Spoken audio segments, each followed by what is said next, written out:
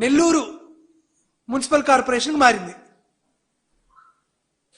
మనందరికీ తెలుసు చంద్రబాబు నాయుడు గారి రాజకీయ జీవితమే పూర్తిగా హోటల్స్ పైన పునాది వైస్రాయ్ హోటల్ అయితే రాహుల్ గాంధీతో ఆ వేదికని తాజ్ హోటల్కి మార్చాడు. ఆ తరువాత అదే హోటల్ రాజకీయాన్ని నిమ్మగడ్డతో పార్క్ హయత్కి పంపించాడు. ఈరోజు నెల్లూరు మున్సిపల్ కార్పొరేషన్ రాజకీయ వేదిక పాండిచ్చేరికి మారింది. అంటే పూర్తిగా చంద్రబాబు నాయుడు గారి రాజకీయ జీవితం కొనుగోలు, అమ్మకం, వ్యాపారం, పైరవీలు, ప్రలోభాలు. చంద్రబాబు నాయుడు గారికి ఒక రిక్వెస్ట్ చేస్తున్నా, బాబు గారు మీ పార్టీ పేరు మార్చండి. టీడీపీ అంటే తెలుగుదేశం పార్టీ అని కాదు, ఇది ట్రేడింగ్ డెమోక్రసీ పార్టీ అని పేరు మార్చండి. టీడీపీ అంటే ట్రేడింగ్ డెమోక్రసీ పార్టీ అని పేరు మార్చండి. ఇటువంటి కుటిల రాజకీయాలు, కుట్ర రాజకీయాలు, స్థాయి తక్కువ రాజకీయాలు చేయాల్సిన అవసరం చంద్రబాబు నాయుడు గారికి ఎందుకు వచ్చింది? 8 నెలల పదవీ కాలం ఉన్నటువంటి నెల్లూరు మేయర్ ఎన్నికల్లో ఒక గిరిజన మహిళని పదవి నుంచి తొలగించి తన తాబేదారులను కూర్చోబెట్టుకోవడం కోసం చంద్రబాబు నాయుడు గారు ఈ నీచ స్థాయికి దిగజార్చాల్సిన అవసరం ఎందుకు వచ్చింది? వాస్తవానికి ప్రజాస్వామ్యంలో ఓటు కీలకం అని అంటా ఉంటారు అందరూ. కానీ చంద్రబాబు నాయుడు గారి రాజకీయంలో ఓటు కాదు, నోటు అనేది చాలా కీలకం. సరే, నెల్లూరులో 54 డివిజన్లు ఉంటే 2021 జరిగినటువంటి కార్పొరేషన్ ఎన్నికల్లో 54 డివిజన్లకి 54 YSR Congress party clean sweep చేసింది. తెలుగుదేశం పార్టీ నుండి ఒక్కరంటే ఒక్కరు కూడా పోటీ చేసేటువంటి శక్తి లేక, గెలిచేటువంటి శక్తి లేక నెల్లూరు మున్సిపాలిటీలో 0 అయింది. ఎట్లా పోటీ చేశారా మొన్న జరిగిన డిప్యూటీ మేయర్ ఎన్నికల్లో? వైఎస్ఆర్ కాంగ్రెస్ పార్టీ బీఫామ్ మీద గెలిచినటువంటి కార్పొరేటర్లని సంతలో పశువులు కొన్నట్టుకొని డిప్యూటీ మేయర్ ఎన్నిక గెలిచారు. సరే, అంతటితో మీ కంటకావరం, మీ కడుపు మంట చల్లారిందేమో అనుకుంటే మళ్ళీ ఇప్పుడు ఒక గిరిజన మహిళని బలిపశువు చేయాలనేటువంటి ఉద్దేశంతో, ఒక గిరిజన మహిళని రాజకీయంగా అనగదొక్కాలనేటువంటి ప్రయత్నంతో అవిశ్వాస తీర్మానం పెట్టావు. ఈ అవిశ్వాస తీర్మానంలో 42 మంది సంతకం చేశారు. ఈ 42 మంది సంతకం చేసిన ఈ అవిశ్వాస తీర్మానంలో ఒక 5గురు తిరిగి వైఎస్ఆర్ కాంగ్రెస్ పార్టీ తీర్థాన్ని పుచ్చుకున్నారు. నేరుగా మా పార్టీకి సంబంధించిన కార్పొరేటర్లే. మా పార్టీ నెల్లూరు నగర సమన్వయకర్త అయినటువంటి చంద్రశేఖర్ రెడ్డి గారి ఆధ్వర్యంలో, నెల్లూరు మున్సిపల్ అడ్వైజర్గా ఉన్నటువంటి అనిల్ కుమార్ యాదవ్ గారి ఆధ్వర్యంలో వైఎస్ఆర్ కాంగ్రెస్ పార్టీలో జాయిన్ అయ్యారు. అయినా ఈ ఎన్నికల్లో ఓడించాలనే ఉద్దేశంతో చంద్రబాబు నాయుడు గారు పూర్తిగా పోలీసుల్ని పహారా పెట్టి వారందరినీ కిడ్నాప్ చేశారు.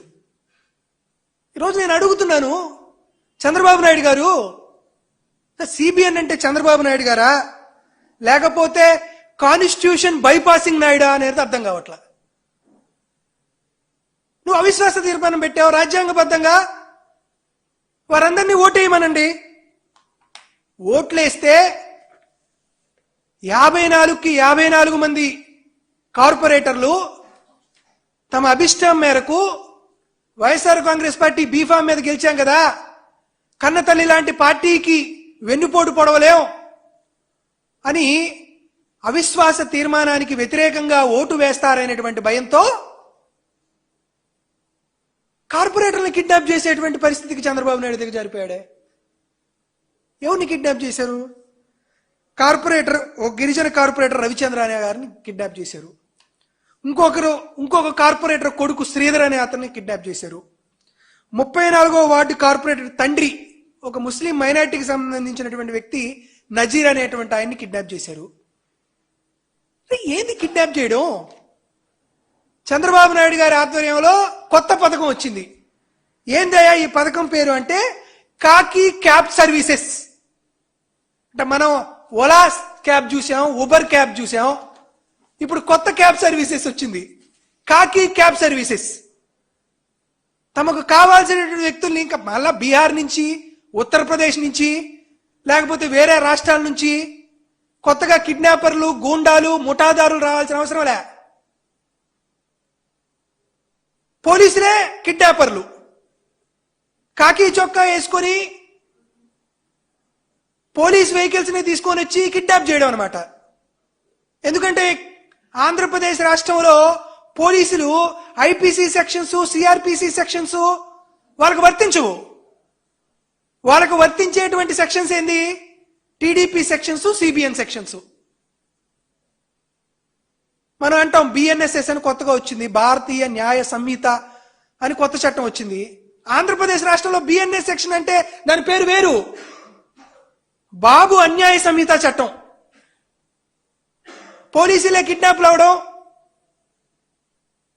అవిశ్వాస తీర్మానానికి వ్యతిరేకంగా ఓటు వేస్తారనేటువంటి కార్పొరేటర్ని వీరే రోడ్డుకి అడ్డంగా పోలీసు వెహికల్స్ పెట్టి వాళ్ళని కిడ్నాప్ చేసి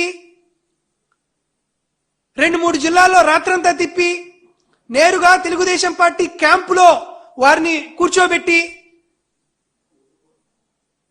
వాళ్ళని భౌతిక దాడులు చేసి వాళ్ళ వ్యాపారాలను దెబ్బతీస్తామనేటువంటి బెదిరించి వారిని టీడీపీ క్యాంపులో గెలిచేస్తున్నారు. నేను ఈరోజు మిమ్మల్ని అడుగుతున్నా, నిజంగా మీరు డబ్బులు పెట్టి ఒక్కొక్క కార్పొరేటర్కి 50 లక్షల రూపాయలు ఇస్తున్నారని అంటున్నారు. మరి వాస్తవం 50 లక్షల కోటి రూపాయలు అనేది దేవుడికి తెలియాలి, చంద్రబాబు నాయుడు గారికి తెలియాలి. నిజంగా అవిశ్వాస తీర్మానంలో తెలుగుదేశం పార్టీ గెలుస్తుందనేటువంటి నమ్మకం చంద్రబాబు నాయుడు గారికి, అక్కడ ఉన్నటువంటి మంత్రి నారాయణ గారికి కానీ ఉండుంటే ఈ కిడ్నాపులు చేయడం ఎందుకు? ఈ దోపిడీలు, దుర్మార్గాలు, దురంకారమైనటువంటి చర్యలు చేయడం ఎందుకు? ధైర్యంగా ఎదుర్కోవచ్చు కదా. ఎదుర్కోలేరు. ఎందుకు ఎదుర్కోలేరంటే వైఎస్ఆర్ కాంగ్రెస్ పార్టీ పట్ల ప్రజలకే కాదు కార్పొరేటర్లకు కూడా జగన్మోహన్ రెడ్డి గారంటే ఒక ఇమేజ్ ఉంది. జగన్మోహన్ రెడ్డి గారి పట్ల అన్యాయం చేయకూడదు, ఈ పార్టీని మోసం చేయకూడదు అనేటువంటి ఆలోచన వాళ్ళందరిలో ఉంది. కాబట్టి భయపడేటువంటి కార్యక్రమానికి పునాదిగా ఈ కార్పొరేషన్ ఎన్నికను మీరు చూడొచ్చు. ఈరోజు కూడా ఒకటే విజ్ఞప్తి చేస్తున్నాం, అవిశ్వాస తీర్మానంలో తెలుగుదేశం పార్టీ నైతికంగా ఇప్పుడే ఓడిపోయింది. సమర్థవంతమైనటువంటి నాయకత్వం నెల్లూరు జిల్లాలో వైఎస్ఆర్ కాంగ్రెస్ పార్టీకి ఉంది. కాబట్టి చంద్రబాబు నాయుడు గారు భయపడిపోయి నైతికంగా ఓడిపోయి ఈరోజు ఈ కిడ్నాప్ల పరంపరకు ఆయన తెరలేపిన విషయాన్ని మీ అందరికీ తెలియజేస్తున్నా.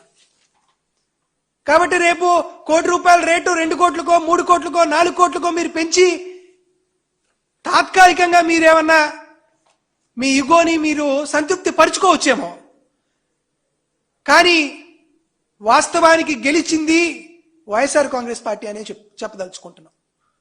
కాబట్టి ఇటువంటి దిక్కుమాలినటువంటి రాజకీయాలు చేస్తున్నటువంటి చంద్రబాబు నాయుడు గారికి గతంలోనే ఎన్నో ఎన్నికల్లో తెలుగు ప్రజలు సరైనటువంటి సమాధానం ఇచ్చారు.